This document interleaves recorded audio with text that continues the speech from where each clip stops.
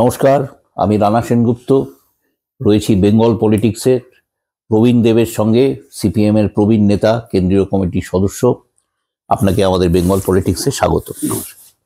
CPM এর নবীন প্রবীণের একটা দূরত্বের কথা শোনা যাচ্ছে, হ্যাঁ, তা কতটা সঠিক? এবং এই অনেক জেলা সম্মেলনে সেভাবে প্রবীণ নেতাদের দেখা যাচ্ছে না, সেটা কি দূরত্বের কারণে? আপনি এবং বিমানবাবুকেও দেখা যাচ্ছে না। এটা কোনো কারণ নেই।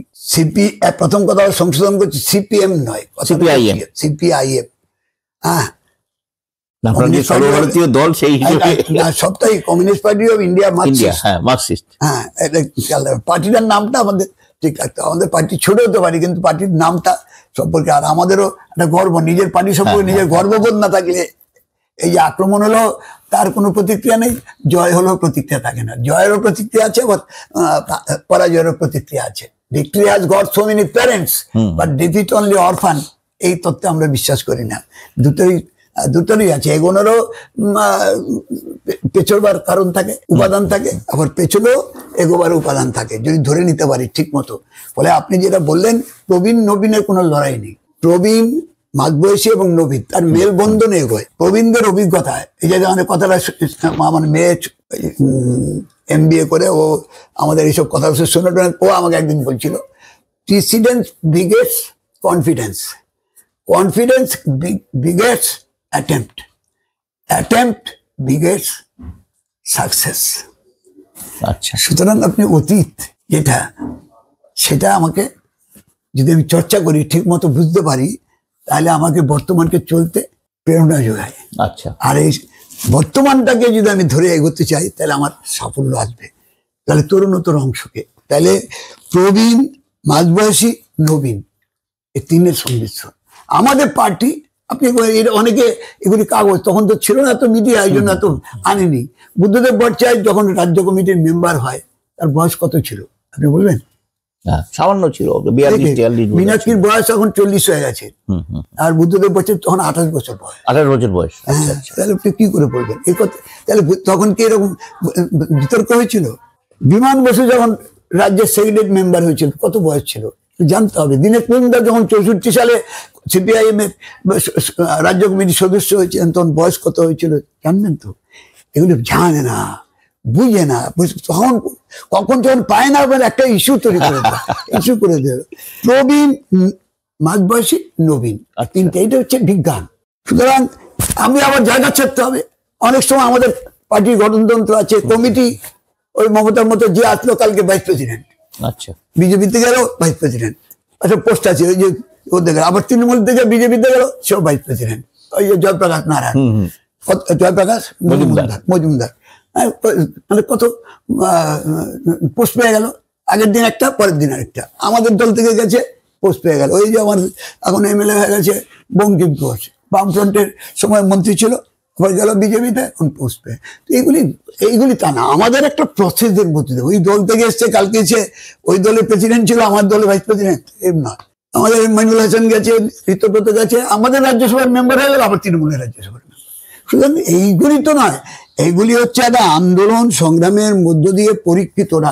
আমাদের কত কনস্টিটিউশন আছে, নির্দেশিকা আছে, গণতন্ত্রের কি আছে, আমাদের নির্দেশিকা আছে, এত বছর বয়সের এতজনকে নিতে হবে, এত বছর, অর্থাৎ সব অংশীজন রিপ্রেজেন্ট। তারপরে আমাদের আবার সামাজিক বিন্যাস আছে, SC ST OBC মাইনরিটি, তার রিপ্রেজেন্টেশন আছে কিনা, মহিলাদেরও, ওই তো মহিলা তো আছে, আমি বললাম জায়গায়।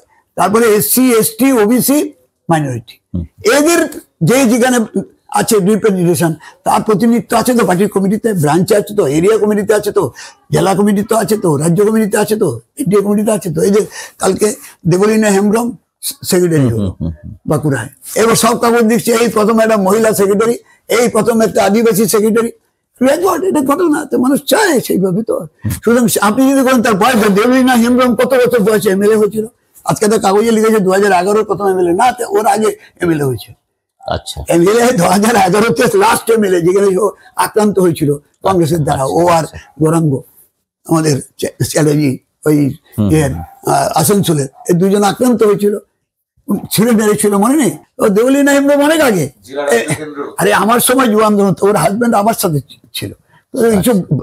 ইতিহাস যারা না, প্রকৃত তথ্য জানে না তারাই সব বলে। বরং আমি এটা আপনাদের বলছি, যদি আমাদের পার্টিতে এই নিয়ে কোনো বিরোধ নেই, কিন্তু বিরোধ হচ্ছে সবসময় পার্টিতে আমাদের বহুত্ববাদে আমরা বিশ্বাস করি। আচ্ছা, বহুমত হবে, শতফুল বিকশিত হোক, মাউসুমের কথা, মাসুদের কথা। সবাই আসুক, তার মধ্য থেকে যেটা ভালো সেটা এগোবে। সবাই তো কমিটি মেম্বার হতে পারবে না। আমাদের 80 জন 85 জন মেম্বার, তার মানে পশ্চিমবাংলা এখন 1,60,000-62,000 মেম্বার, তার মধ্যে 80 জনই যোগ্য, আর যোগ্য নেই। এর মধ্য থেকে যোগ্য হতে হবে। জেলা কমিটি মেম্বার 65-70 হয়, তো 70 জনই যোগ্য, ওখানে 10,000 মেম্বার আছে, আর কেউ নেই। সুতরাং এর মধ্যে বেঁচে আসলে, এখন মধ্যবিত্ত সুলভ মনোভাব থাকে, কেউ সবারই একটু উচ্চাসা থাকে, উচ্চাসা থাকাটা তো অমূলক নয়।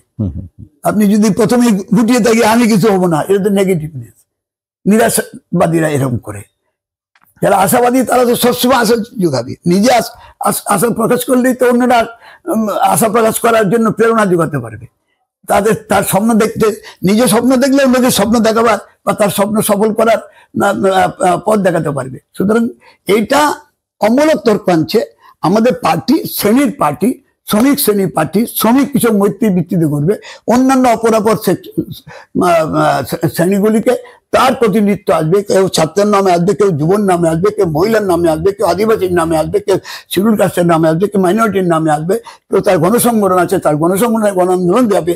শ্রমিক, CI2 ট্রেড ইউনিয়ন সংগঠন, কর্মচারী সংগঠন, শিক্ষক সংগঠন, সাংস্কৃতিক আন্দোলন, এইসবের মধ্য দিয়ে যারা পরীক্ষায় অর্জন করেছে তারা পরীক্ষিত নেতারাই হচ্ছে স্তরে স্তরে, শাখায়, লোকালে, তারপরে মানে এরিয়া কমিটি বলি আমরা, তারপরে হচ্ছে জেলা, তারপরে রাজ্য, তারপরে সারা দেশ। আপনি আমাদের দলদার যখন সারা দেশে সম্মেলন হয় তার নাম কংগ্রেস। কংগ্রেস, হ্যাঁ, সে কংগ্রেস মানে কি মহাসম্মেলন। মহাসম্মেলন, বাকিগুলি সম্মেলন, জাতীয়টা মহাসম্মেলন। বুঝেন, আমার একজন বলেছিল, আমি যখন আপনারা কংগ্রেসে চলে যাচ্ছেন বলেছিল, এখন মানুষের বিদ্যুৎ নাকি আমরা বলে যে কোথায় যাচ্ছি, কংগ্রেসের পার্টি কংগ্রেসে যাচ্ছি। আপনারা কংগ্রেস ঢুকিয়ে দিচ্ছেন, তো কংগ্রেস মানে বুঝতে হবে তো কংগ্রেস মানে কি। বাকিগুলি সম্মেলন, ঢাকা থেকে রাজ্য পর্যন্ত সম্মেলন, বাকিটা মহাসম্মেলন, জাতীয়টা। আচ্ছা দেখুন, গত লোকসভা থেকে বামফ্রন্টের ভোট খানিকটা হলেও বেড়েছে। এবারে গিয়ে দেখা গেল যে উপনির্বাচনটা হলো রাজ্যে, তাতেও ভোটটা খানিকটা বেড়েছে, আগের তুলনায় বেড়েছে, কিন্তু তাতেও রেজাল্ট আসছে না কেন? সেই একটাই বলি আপনাদের, এখন প্রধানমন্ত্রী ইলেকশন কমিশনকে সার্টিফিকেট দিচ্ছেন, কখন মহারাষ্ট্রের নির্বাচনের পর, কথাটি খেয়াল রাখবেন। এখন মানুষের মনে, মানুষ করুক, আমরা আগাম কিছু বলছি না। নির্বাচন কমিশন তো আমরা আগাম, ওই একটু আগে বলছিলাম আকাশবাণীতে অনেক কিছু যুক্ত করেছি, নির্বাচন কমিশনও আমরা অনেক কিছু অ্যাড করেছি। এই যে ভিভিপ্যাট হলো কেন, আগে তো ভিভিপ্যাট ছিল না, ইলেকট্রনিক ভোটিং মেশিন ইভিএম হলো, তারপর যখন কাউন্টিং হয়েছে ইভিএম এ ভুল নেই, তারপর ভুল হতে পারে, তার জন্য ইভিএম হলো, ভিভিপ্যাট হলো। হ্যাঁ, তাহলে ভোটার ভেরিফাইবল, এই যে পেপারস হলো, তো এই যে জায়গাটা যুক্ত হলো, তার মানে হচ্ছে ভোটিং ঠিক মতো হচ্ছে না, মানুষের রায় প্রতিফলিত হচ্ছে না। পশ্চিমবঙ্গে 72-এর থেকে হয়নি তো ঘটনা, তাহলে যদি ও ছাড়ে সুব্রত ভট্টাচার্য 52,000 পড়ে যেতে ঘটনা। এমনি এখন পশ্চিমবাংলায় ভোট প্রতিফলিত হচ্ছে না। আপনারা পঞ্চায়েত দেখলেন, ধরা পড়লো, তারপর দেখলেন না মিনাকায় যে ছেলে বাইরে চলে গেল তাকে জয়ী ঘোষণা করে দিল ভিডিও। তারপর আমরা স্টেট ইলেকশন করে মামলা করতে যাও, মামলা কত বছর চলে আপনি জানেন না, ইলেকশন মামলা। ফলে এই কথাগুলি একটু বোঝার দরকার, এই কথাগুলি বোঝার দরকার আছে। এইটাকে পরিমাপ করবেন না, কিন্তু আমাদের অনেক ভুল ত্রুটি আছে। ভোটার হয়, ভোট হয় বুথে, বুথের 80,000-এর বেশি ভোট। এই যে এখন এবার ভোটার লিস্ট বেরোলো, এই সব জায়গায় ভোটার বাড়লো, আর কিছু জায়গায় কমলো। কেন কমলো? প্রকৃত যারা মৃত ভোটার বাদ পড়েছে কি, যারা চলে গেছে অন্য জায়গায়, তার শিফট হয়েছে, তার চেঞ্জ হয়েছে কি, এইগুলি ভোটার লিস্টটাও একটা ব্যাপার, এগুলি করতে হবে। আর ভোটটা সাব ডিভিশনে হয় না, ব্লকে হয় না, বা জেলায় হয় না, বা ব্রিগেডে হয় না, ভোটটা হয় যার যার বুথে। ওই বুথে লেগে থাকতে হবে। লেগে থাকতে হলে সাহস থাকতে হবে। সাহস থাকতে হলে আমাদের খুবই সাহস আছে, কিন্তু ওখানে পুলিশ আছে, তার বাহিনী আছে, গুন্ডা আছে, সে তাকে যেতে দেয় না। যেতে দেখলো, সেখানে গেলেও আক্রান্ত হয়, সেই দেখে অন্য লোক ভীত হয়, ভোট দিতে আবার ভোটটা দেখিয়ে দিতে হয়। এগুলি তো দেখছেন, এগুলি তো প্রকাশিত হয়ে যাচ্ছে। সুতরাং ওই ভোটটাকে আমরা এখন সবটা পরিমাপ করছি, তা সত্ত্বেও ভোটে অংশগ্রহণ করছি, নাহলে তো আবার ওই মাওবাদীদের মতো গিয়ে জঙ্গলে লড়তে হবে কিষেনজির মতো। ওদের করতো না, কিষেনজি নিজে এরকম লড়াই করতে করতে করতে মমতাকে মুখ্যমন্ত্রী চায়, বুদ্ধ বাচ্চাকে উড়িয়ে দিতে চায়। এই যে 2008-এর 2রা নভেম্বর তো উড়িয়ে দিয়েছিল শালবনীতে, যদি এই দূরে না কেটে দিত, নিজেই বলেছে উড়ে যেত। ফলে এই পথে তো আমরা যেতে পারি না। আমরা সংবিধান মেনে এই দেশের মানুষকে নিয়েই এই বদল চাই, এই ব্যবস্থার বদল চাই, এই রাষ্ট্র কাঠামোর বদল চাই। কিন্তু আমাদের পথ হচ্ছে বৈজ্ঞানিক সমাজতন্ত্রের পথ, আমরা অন্য পথে যাচ্ছি না, আমাদের কোনো সন্ত্রাসবাদী পথ নয়। ফলে মানুষকে সঙ্গে নিয়ে, সুতরাং এই নির্বাচনে ফলাফলে আছে আমাদের, আমরা পর্যালোচনা করছি কেন এরকম হচ্ছে। এই পথটাও ঠেকাবার জন্য রাস্তা, এই পথ ঠেকানো যায়। মিউনিসিপ্যাল নির্বাচনে দেখেছেন নদিয়ায় রায়ের পরে জিতলো, এই পথ ঠেকানো যায়, প্রায় অনেকটা জিতে গেছিল চন্দননগরে কর্পোরেশনে কয়েকটা সিট জিতলো। এগুলি তো এই পথ এগোনো যায়। মুর্শিদাবাদে সাগরদিঘিতে আমরা জিতেছিলাম, পরে চেঞ্জ করলো, অন্য কথা। এই পথ যেতানো যায়। যখন বাবুল সুপ্রিয় বালিগঞ্জে দাঁড়ায়, তখন 4% ভোটটা 33% ভোটে উন্নীত হয়, যে কখনো কখনো হয়। সুতরাং এটা সব সময় একেবারে স্বয়ংসিদ্ধ নয়, বা সেটাই সবসময় থাকবে, এটা স্ট্যাটিক নয়, এটা চেঞ্জ হবে। এগোনোটাও চেঞ্জ হবে, পেছনোটাও চেঞ্জ হবে। এটা আমাদের সেই মতো সংগঠন, সময়ের উপযোগী সংগঠন করা, একবার মানুষকে সঙ্গে নিয়ে থাকা, আর মানুষের অভিজ্ঞতার উপর নির্ভর করতে হবে। যারা বর্জন করছে তারাই পরে গ্রহণ করে, তাহলে 62 পর 67 আমরা আসতাম না। তাহলে 26-এ আপনাদের কি রেজাল্ট হবে, কি মনে হচ্ছে? আমরা বলছি আমাদের লড়াই চলবে। ছাত্র, যুব, মহিলা, শ্রমিক, কৃষক, ক্ষেতমজুর, এই সব অংশের লড়াই চলবে। শিক্ষক, কর্মচারী, যে যেখানে আছে, বঞ্চিত, নিপীড়িত, সমস্ত অংশের মানুষের লড়াইটা চলবে। এটাকে যদি আমরা সংগত করতে পারি, আর ভোটদানের পরিবেশটা যদি আমরা ঠিক করতে পারি, আমরা আশাবাদী অনেকটাই এগোবো। কংগ্রেসের সঙ্গে আপনাদের যে জোট, এটা কি কার্যত খানিকটা কি বলবো, বামফ্রন্টের ওপর থেকে মানুষের আস্থা একটুখানি কমিয়ে দিল না? এটা একটা পরীক্ষা নিরীক্ষা। সবসময় যা কিছু নতুন আসবে তা নিয়ে মানুষের মনে প্রশ্ন জাগবে, আর প্রশ্ন জাগা মানেই সব খারাপ নয়। কিন্তু কথাটা হচ্ছে কংগ্রেসের সাথে কি, আমি এই কথা শুরু করেছিলাম, কংগ্রেস কেন এখন হচ্ছে ভারতবর্ষের শাসন ক্ষমতায় কে? বিজেপি মানে কি সেটা আমরা 2000 সালে আমাদের পার্টি কর্মসূচিতে বলেছি। এটা আমরা আজকে বলছি না, 2000 সালে আমাদের পার্টি কর্মসূচি আপডেট হলো। সোভিয়েত এবং পূর্ব ইউরোপের সমাজতন্ত্রের বিপর্যয়ের পর আমাদের পার্টি কর্মসূচি আপডেট করে আমরা লিখে দিয়েছি যে বিজেপি পার্টিটা হচ্ছে অন্য যে কোনো প্রতিক্রিয়াশীল দলগুলির চেয়ে আলাদা। ওদের পেছনে আছে RSS, এরা হচ্ছে সাম্রাজ্যবাদী এবং বিশ্বের কায়েমি স্বার্থবাদীদের দ্বারা সমর্থন পুষ্ট। ওদের পেছনে সাম্রাজ্যবাদ আছে, কথাটা খেয়াল রাখবেন। এই যে দেখছেন তো, ডোনাল্ড ট্রাম্প জিতলে কে সবচেয়ে খুশি হয়? মোদি খুশি হয়। কে পাশে লাগায়? ভারতবর্ষের 12টা চৌপাট করে দিচ্ছে, এখনো বলছে বন্ধুত্ব আছে। ভারতবর্ষের যারা এখানে গেছে ওখান থেকে তাদেরকে সব তাদের তাড়িয়ে দেওয়ার চেষ্টা, সেইগুলি নিয়ে কথা নাই। মোদির সাথে বন্ধুত্ব আছে, এগুলি বুঝার জন্য। সুতরাং আমাদের জায়গাটা কংগ্রেসকে আমরা কেন বলছি যে এখন Congress not in power, party in power in the country, state, রাষ্ট্র, আর পার্টি আউটসাইড পাওয়ার, দুইয়ের মধ্যে will and happen difference. BJP RSS সরকারে আছে, তার হাতে মিলিটারি, পুলিশ, আইন, আদালত সব। কংগ্রেসের হাতে নেই। কংগ্রেস যখন পাওয়ারে ছিল, কংগ্রেস ছিল, তখন আমরা আবার এদের সাথে বোঝাপড়া করেছি, এখান থেকে সরাবার জন্য বিরোধী করিনি।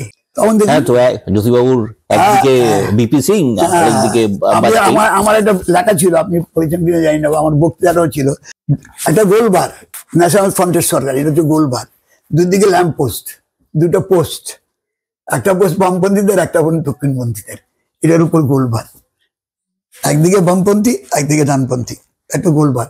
সুতরাং কংগ্রেস হচ্ছে একটা জাতীয় দল, তারা ঘোষিত হচ্ছে ধর্মনিরপেক্ষ দল, তাদের উৎপত্তি আছে। সারা ভারতবর্ষে বিজেপিকে মোকাবেলা করার শক্তি আমাদের মূল্যায়নিত। কংগ্রেসও ভাবেনি যে 100টা আসন পাবে, যদি ওরা আগে ভাবতো আরো শক্তিশালী হতো, তাহলে ওরা পাওয়ারে যেত। এটা বুঝে রাখুন, কংগ্রেস সবাইকে যদি নিয়ে চলার মানসিকতা থাকতো, তাহলে পাওয়ারে যেত। এখনো দেখছেন না দিল্লিকে নিয়ে কি হচ্ছে, এই যে দিল্লিতে একদিকে আপ, একদিকে কংগ্রেস, আবার তৃণমূল চলে গেছে আপের দিকে, ওখানে SP চলে এলো আপের দিকে, এগুলি কোথায়? বিভাজন মানেই মূল বিপদ লাভ। মূল বিপদকে ঠেকাতে বিজেপি RSS কে না ঠেকালে কেউ বাঁচবে না। তারা সংবিধান কিচ্ছু পাচ্ছে না। তারা তারা সেই হিন্দু রাষ্ট্র চাই, আজকেই বলে দিয়েছে, কালকে বলেছে, উপরাষ্ট্রপতিকে বলে এলো আমি হিন্দুত্ব হিন্দু রাষ্ট্র কায়েম করার পক্ষে।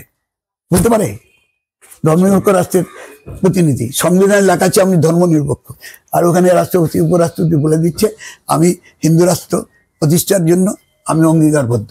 বলতে পারে, কথাগুলি বোঝা যায়। সেই জন্য আমাদের কংগ্রেস তো বলছে না, ফর দ্য টাইম বিং বলছে না। এই ফর দ্য টাইমিং এর জন্য আমাদের একটা কথা আছে, তিনি বলেছেন যে একদিনের জন্য যদি আপনি মূল বিপদের বিরুদ্ধে আমাকে বাঁচাবার জন্য সাহায্য করেন, তার সাহায্য নিতে হবে। আমাকে যে সমালোচনা করেছে, আমাকে যে মেরেছে, আপনি যখন আমাকে এই আরএসএস হিসেবে তাড়া করলো, তখন আমি দরজাটা আপনি আমাদের প্রতিদিন সমালোচনা করেন, কিন্তু 7টা দরজায় আমি গেছি, আমাকে দরজা খুলে দেয়নি বাঁচাতে। 8ম দরজা আপনার কাছে গেলাম, আপনি এতদিন সমালোচনা করেছেন, গালাগালি করেছেন, কিন্তু আপনি বুঝেছেন যে আমাকে অন্যায়ভাবে মারছে, আমার দরজা খুলে দিয়েছেন, আমাকে বাঁচালেন। ওই একদিনে যে বাঁচালেন, এটা তো আমার মনের মধ্যে গেল। এই একদিনের জন্য যদি মূল বিপদের হাত থেকে, মূল শত্রুর হাত থেকে বাঁচানোর জন্য কেউ সঙ্গী হয়, এই সঙ্গীকে আমি নেবেন না। মূল বিপদটা হচ্ছে আরএসএস, বিজেপি কি অন্য দলগুলির সাথে এটা আলাদা, তারা অন্য ভেঙে চুরমার করে দেবে। আপনি আগে বাঁচলে তো আপনি অধিকার পাবেন, ঠিক ঠিক, আপনার সংবিধান থাকলে তো আপনি নির্বাচন করবেন, ও তো নির্বাচনই করতে চাইছে না। ওই যে ওয়ান কান্ট্রি ওয়ান ইলেকশন কেন বলছে, বুঝতে পারছেন না? এইগুলি আগাম বুঝতে হবে। আমরা তার জন্য বিজেপি এবং এই রাজ্যের তৃণমূল, এই দুটোর বিরুদ্ধে আমরা সমস্ত শক্তি ঐক্যবদ্ধ করতে চাইছি। It is our effort. এদের মধ্যে কে বড় শত্রু আপনাদের? কে? বিজেপি রাষ্ট্র ক্ষমতা।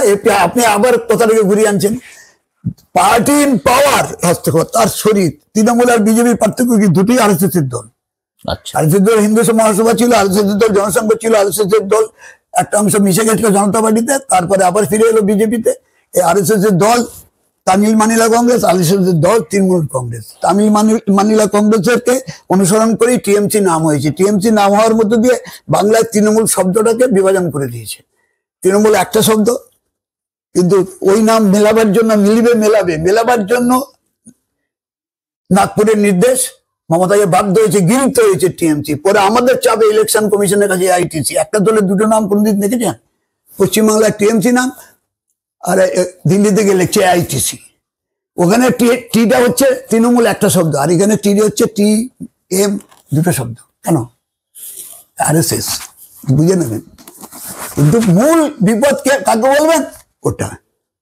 আর এদেরই ওইটা, এই গানপালা।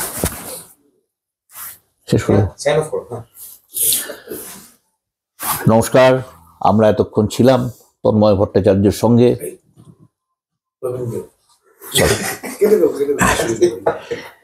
আবার করেন এটা। নমস্কার, আমরা এতক্ষণ ছিলাম রবীন বাবুর সঙ্গে। রবীন দেব সিপিআইএম এর প্রবীণ নেতা এবং কেন্দ্রীয় কমিটির সদস্য, তার সঙ্গে তার এই মূল্যবান সাক্ষাৎকার আমরা পেলাম, তার জন্য তাকে ধন্যবাদ। ধন্যবাদ আপনাদের, এতক্ষণ ধরে আমাকে নানা প্রশ্ন করলেন, আর আপনারা যারা শুনছেন, এতক্ষণ ধৈর্য ধরে শুনবেন, এটা আশা রেখে সকলকে ধন্যবাদ জানাচ্ছি। আমি রানাবাবুকে এবং তার সঙ্গীদের আমি আন্তরিক ধন্যবাদ, শুভেচ্ছা জানাচ্ছি। নতুন বছর ভালো থাকুন, সুস্থ থাকুন। Thank you.